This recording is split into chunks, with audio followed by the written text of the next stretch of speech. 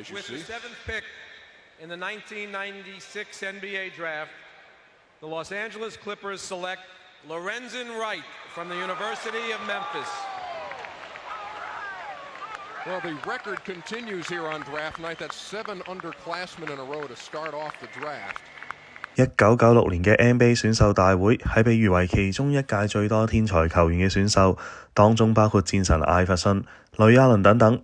而今日嘅主角洛倫岑萊特，當年以第7名俾洛杉磯快艇選中，比 NBA 傳奇高比拜仁同拿殊選秀排名更高，可見佢嘅天賦係幾咁令人期待。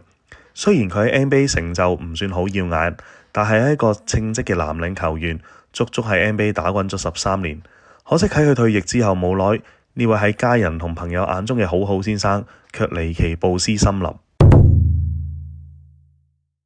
萊特1975年11月4日出生於美國密西西比州牛津市，後嚟搬咗去孟菲斯。喺孟菲斯長大嘅佢，高中同大學都就讀孟菲斯嘅學校。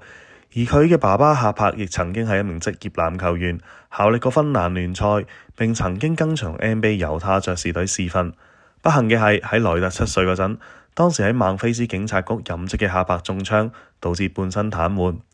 繼承咗爸爸嘅籃球天賦，萊特喺孟菲斯大學就讀嘅時候獲美聯社評為全美第3陣容。1996年佢離開大學參加 NBA 選秀，喺第7位被洛杉磯快艇選中，正式開始佢嘅 NBA 生涯。喺13年嘅 NBA 生涯入邊，佢效力過洛杉磯快艇、亞特蘭大鷹隊、孟菲斯灰熊、薩克拉門托帝王同克里夫蘭騎士。喺球場外，萊特熱心公益，經常參與社區活動。例如喺有女不幸過世後，佢創立咗以女兒名稱命名嘅 Sierra Simone Wright 獎學金。佢深受孟菲斯當地居民嘅喜愛。佢有朋友就曾經形容佢冇 Penny Hardaway 咁偉大，但你喺孟菲斯可以親身接觸佢，遇見佢，同佢打返場波。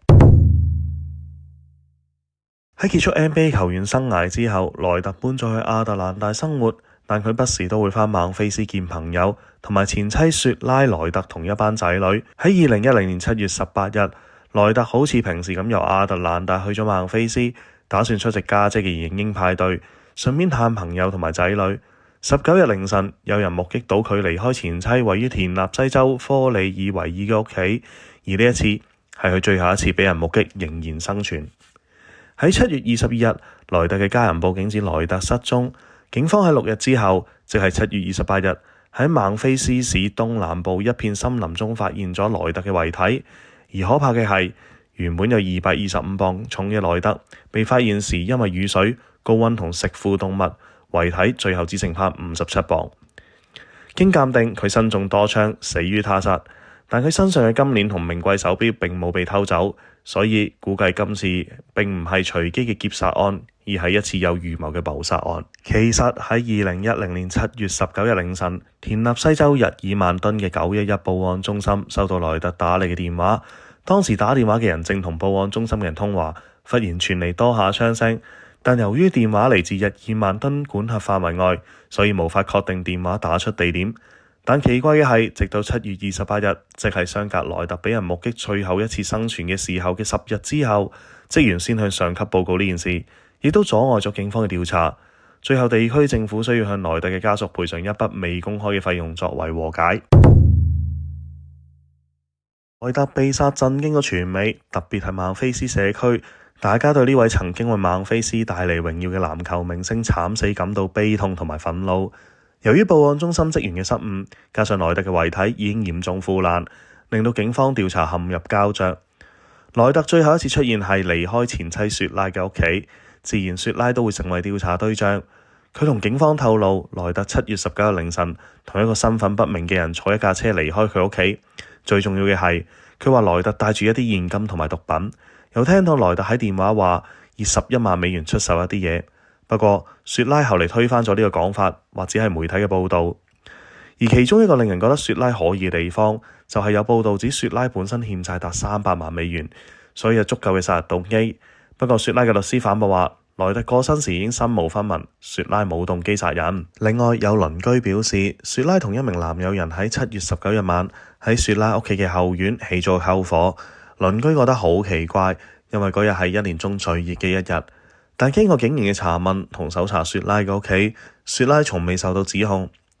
另一個説法係萊特同犯罪集團有關係。雪拉曾經同調查員透露，萊特失蹤前6星期左右，有3個男人曾經到佢屋企揾過萊特，而且萊特被殺之後，貴重物品包括手錶同金鏈都冇唔見，所以更加唔似係一般劫殺案。加上案發現場距離孟菲斯機場只有幾英里，殺手有可能犯案之後坐飛機逃走，所以警方亦不排除黑幫仇殺呢個可能性。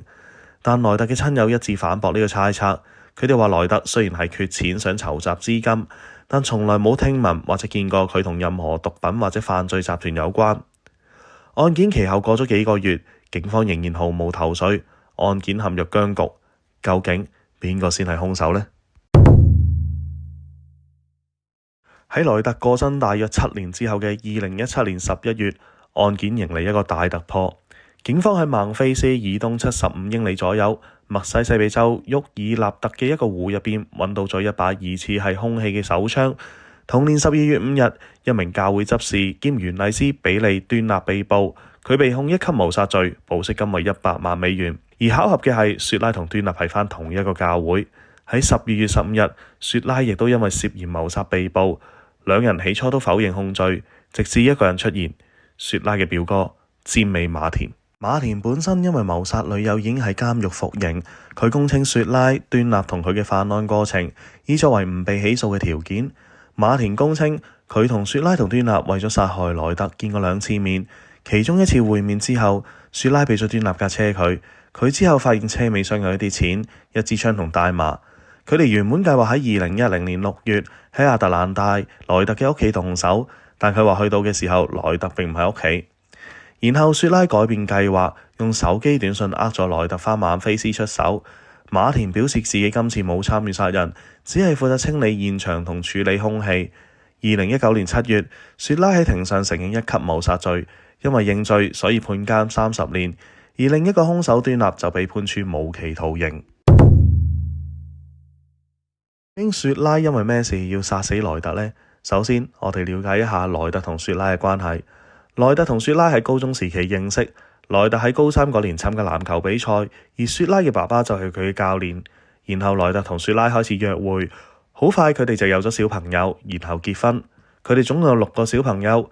不過喺萊特離開 NBA 之後，兩人互相指責不忠，一齊生活咗13年嘅兩人，亦都結束咗婚姻生活。雖然喺 NBA 打滾咗13年，總共為萊特賺取咗5500萬美元，但佢開支亦都同樣大。當佢同雪拉離婚之後，要每個月交26000美元嘅贍養費俾雪拉，對佢嚟講相當大負擔。萊特同雪拉喺2010年2月離婚嘅時候，萊特買咗一份價值100萬美元嘅人壽保險，以防萊特有咩不幸嘅時候，佢幾位小朋友都有一個保障。保單簽咗幾個月之後，萊特就遇害，令人不禁懷疑雪拉同事件有關。而當雪拉拎到保險嘅100萬美元之後，短短幾個月就已經得返5.05美元。